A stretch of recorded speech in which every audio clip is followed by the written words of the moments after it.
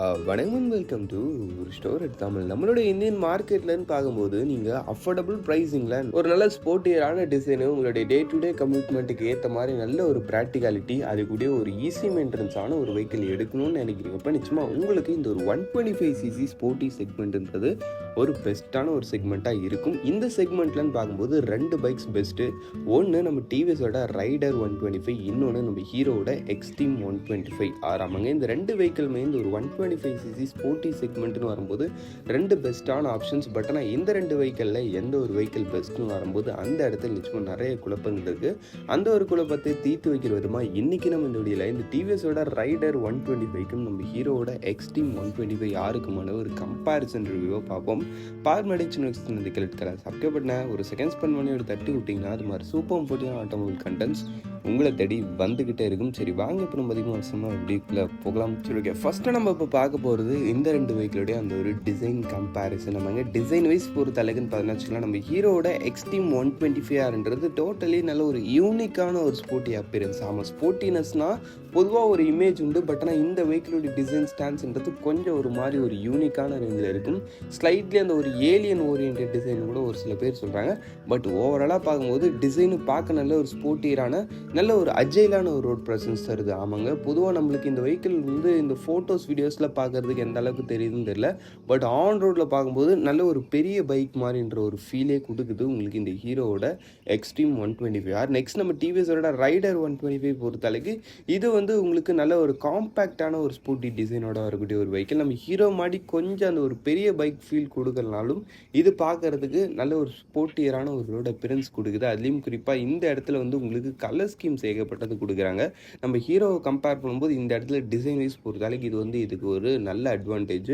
உங்களுக்கு ஏகப்பட்ட colour schemes, அது இல்லாமல் அதில் அயன்மேன் எடிஷன், பேந்தர் எடிஷன்ன்ற மாதிரி ஒரு சில ஸ்பெஷல் கலர் ஸ்கீம்ஸும் கொடுக்குறாங்க. ஓவராலாக உங்களுக்கு டிசைனில் எனக்கு தெரிஞ்சு டிவிஎஸ் ரைடரில் கொஞ்சம் கலர் ஸ்கீம்ஸ் எக்ஸ்ட்ரா வருது. அதுக்கடுத்து டிசைன் ப்ராக்டிகாலிட்டி பற்றி பேசணும்னு பார்த்தீங்கன்னா அதுலேயும் என்னை பொறுத்தளவுக்கு ரெண்டு பேரும் ஒரு சிமிலரான ரேஞ்சு தான். ஏன்னா ரெண்டு பேர்லேயும் நம்மளுக்கு சிங்கிள் ஸ்பீட் ஆப்ஷனும் இருக்குது, ஸ்ப்ளிட் சீட் ஆப்ஷனும் இருக்குது. உங்களுக்கான சீட்டிங் எது பெஸ்ட்டுன்னு தோணுதோ அதை நீங்கள் சூஸ் பண்ணலாம். முடிஞ்ச அளவுக்கு சிங்கிள் சீட் சூஸ் பண்ணிங்கன்னா எனக்கு பொறுத்த அளவுக்கு எல்லா வித பர்பஸுக்கும் ஏற்ற மாதிரி கொஞ்சம் ஈஸியாக இருக்கும்.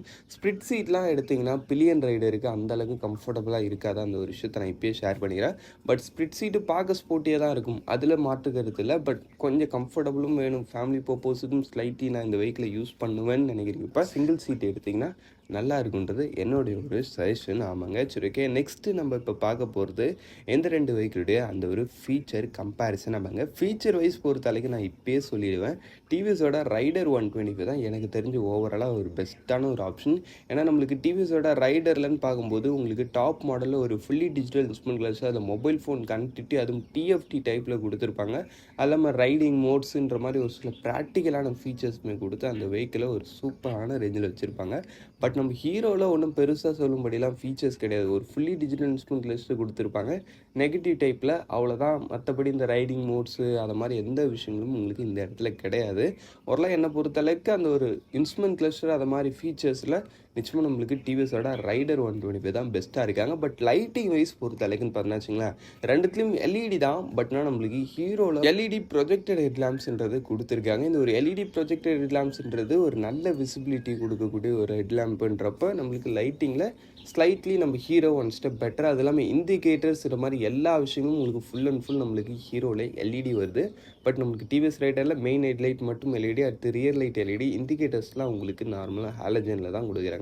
அப்படின்றப்போ ஓவரால் லைட்டிங்கில் எனக்கு தெரிஞ்சு நம்மளுக்கு டிவிஎஸை விட நம்ம Hero Xtreme 125R one step பெட்டராகவே இருக்கிறாங்க. சரி ஓகே, நெக்ஸ்ட் நம்ம இப்போ பார்க்க போகிறது இந்த ரெண்டு வெஹிக்கிளுடைய அந்த ஒரு இன்ஜின் கம்பேரிசன். நம்மங்க இன்ஜின் வைஸ் பொறுத்த அளவுக்கு ஃபஸ்ட்டு நம்ம இந்த டிவிஎஸோட ரைடர் 125 பார்க்கலாமா.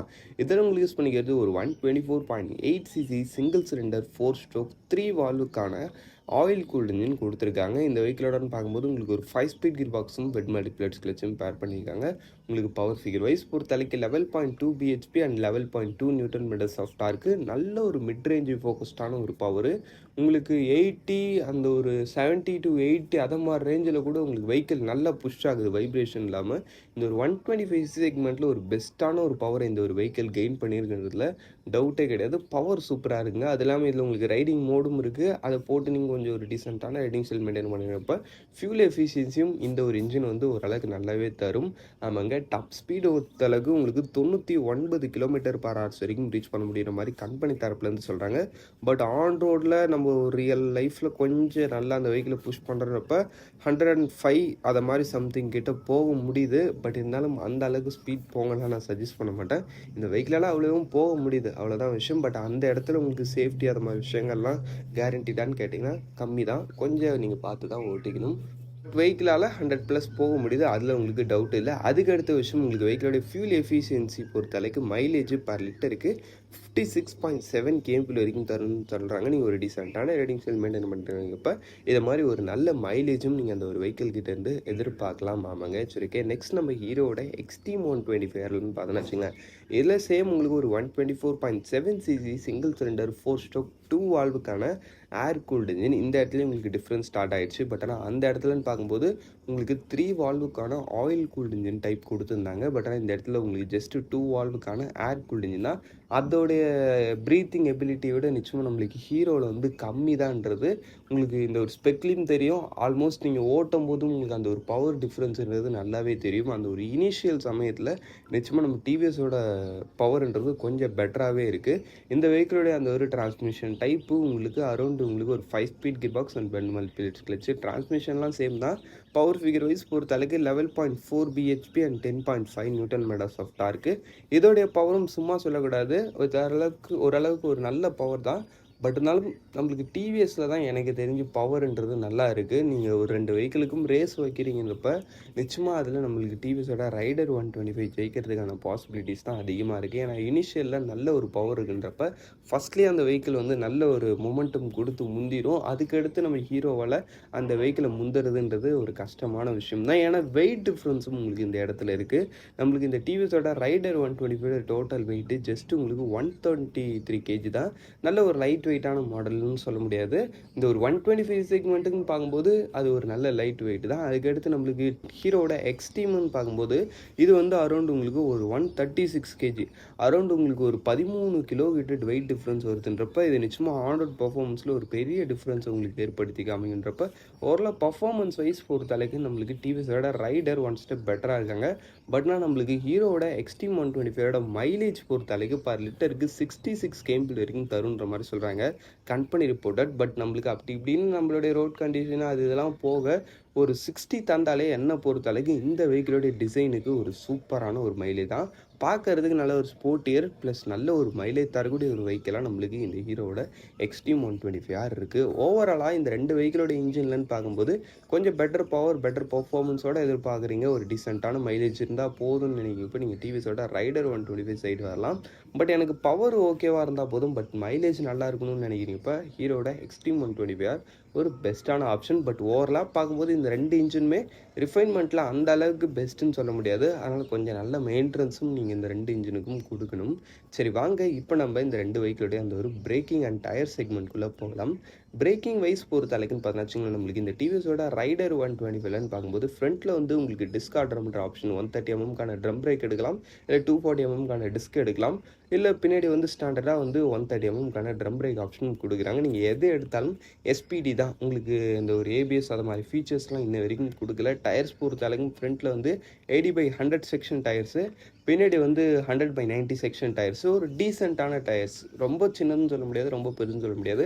அந்த வெஹிக்கிளுக்கு ஓகேவாக இருக்குன்னு எடுத்துக்கலாம். ஓவரலாக டைமென்ஷனில் இந்த ஒரு 125 செக்மெண்ட்டில் மற்ற எல்லாரும் கொடுக்குற மாதிரி ஒரு நார்மலான ரேஞ்சில் தான் நம்மளுக்கு கொடுத்துருக்காங்க. பட் நம்ம ஹீரோட எக்ஸ்ட்ரீம் 125 RLன்னு பார்க்கும்போது உங்களுக்கு ஃப்ரண்ட்டில் வந்து 240 mm டிஸ்க் ஸ்டாண்டர்டாகவே வருது, பின்னாடி வந்து 130 mm ட்ரம் வருது. பேசிக் மாடல் வரீங்கப்ப இதுலேயும் உங்களுக்கு ஐபிஎஸ் பிரேக்கிங் சிஸ்டம் மட்டும் தான், அதை சிங்கர்னைஸ்டு மாதிரி தான் இதுவும். பட் ஆனால் நீங்கள் டாப் மாடல் வரீங்கப்ப அப்படின்றப்ப இந்த இடத்துல வந்து உங்களுக்கு சிங்கிள் சேனல் ஏபிஎஸ்ன்றது கொடுக்குறாங்க. அப்படின்றப்ப பிரேக்கிங்கில் ரியலி டவுட்டே இல்லாமல் வின்னர் ஆகிற ஒரு வெஹிக்கிளாக நம்மளுக்கு ஹீரோட எக்ஸ்ட்ரீம் 125R இருக்குது. அதுக்கு அடுத்த விஷயம் நம்மளுக்கு இந்த வெஹிக்கிளோடைய அந்த ஒரு டயர்ஸ் வைஸ் பொறுத்த வரைக்கும் ஃப்ரண்ட்டில் வந்து உங்களுக்கு 90/90 செக்ஷன் டயரும், பின்னாடி வந்து 120/80 செக்ஷன் டயரும் கொடுக்குறாங்க. உங்களுக்கு வெஹிக்கிளோடைய அந்த ஒரு டோட்டல் வெயிட் பொறுத்த அளவுக்கு 136 kg, சீட் ஹைட்டு உங்களுக்கு 794 mm, கிரவுண்ட் கிளியரன்ஸ் உங்களுக்கு 180 mm. ஓவரால் அந்த ஒரு ஸ்பெக்காக தான் அந்த டைமென்ஷன் வைஸ் பொறுத்த அளவுக்கு இட்ஸ் ஓகே. சீட் ஹைட்டும் ஓகே தான்.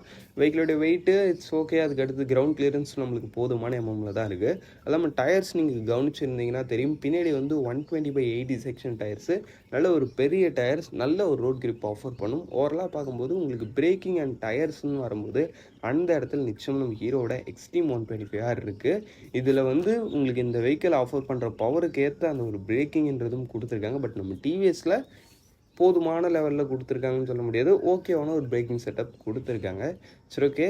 இப்போ நம்ம ஃபைனலாக நம்ம இந்த 2 வெஹிக்கிள் பற்றியும் பார்த்தாச்சு. ஃபைனலாக இப்போ நம்ம ஆன் ரோட் ப்ரைஸிங் பார்ப்போம்.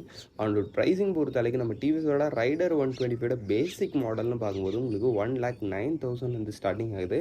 டாப் மாடல் 1,28,000 முடியுது. நெக்ஸ்ட் நம்ம ஹீரோட எக்ஸ்ட்ரீம் 125R பொறுத்த அளவுக்கு இதோடைய பேசிக் மாடல் 1,16,000 ஸ்டார்டிங் ஆகி டாப் மாடல் 1,29,000 வரைக்கும் வருது. ஓரளவு ப்ரைஸிங் விஷயத்தில் எனக்கு அஃபோர்டபுளான ஆப்ஷனாக தெரிகிற ஒரு மாடல்னு பார்த்தோன்னா நம்ம டிவிஎஸோட ரைடர். ஏன்னா அதோடைய பேசிக் மாடல் ஜஸ்ட் உங்களுக்கு 1,09,000 ஸ்டார்ட் ஆகுது. பட் நம்ம ஹீரோ வந்து ஸ்டார்டிங்கே 1,16,000 அஃபோர்டபுள் அதுதான். பட் நான் டாப் மாடல் வரும்போது ஆல்மோஸ்ட் 2 பேரும் ஒரு சிமிலரான ரேஞ்சில் தான் இருக்காங்க. அப்படின்றப்ப எனக்கு வந்து ஒரு ரீசனபிளான ப்ரைஸிங்கில் நல்ல பர்ஃபார்மன்ஸ் இருக்கணும், ஒரு நல்ல ஸ்போர்ட்டி டிசைன் இருக்கணும், ஃபீச்சர்ஸ் எனக்கு சூப்பராக இருக்கணும், மைலேஜ் அண்ட் இன்ஜின் பர்ஃபார்மன்ஸுன்றது நல்ல ஒரு பேலன்ஸ்டான ரேஞ்சில் இருந்தால் போதும், எனக்கு பிரேக்கிங் ஓரளவுக்கு ஓகேவாக இருந்தால் போதும்னு நினைக்கிறீங்க. இப்போ நிச்சயமாக நீங்கள் இந்த டிவிஸோட ரைடர் 125 சூஸ் பண்ணலாம். உங்களுக்கு ஒரு நல்ல ஆப்ஷனாக இருக்கும். பட் நம்ம ஹீரோட எக்ஸ்ட்ரீம் 125ன்றப்ப இந்த ஒரு 125 செக்மெண்ட்டே கொஞ்சம் நான் லாங் டிரைவ்லாம் அதிகமாக போகலான் இருக்கேன். எனக்கு வந்து ஒரு நல்ல பிரேக்கிங் சேஃப்டியோட ஒரு கொஞ்சம் நல்ல ஒரு யூனிக்கான ஒரு டிசைனோட ஒரு வெஹிக்கிள் வேணும்னு நினைக்கிறேன். இப்போ சும்மா இந்த ஹீரோட எக்ஸ்ட்ரீம் 125 உங்களுக்கான ஒரு பெஸ்ட் ஆப்ஷனாக இருக்கும். சரி, அவ்வளோதான் ஃப்ரெண்ட்ஸ்.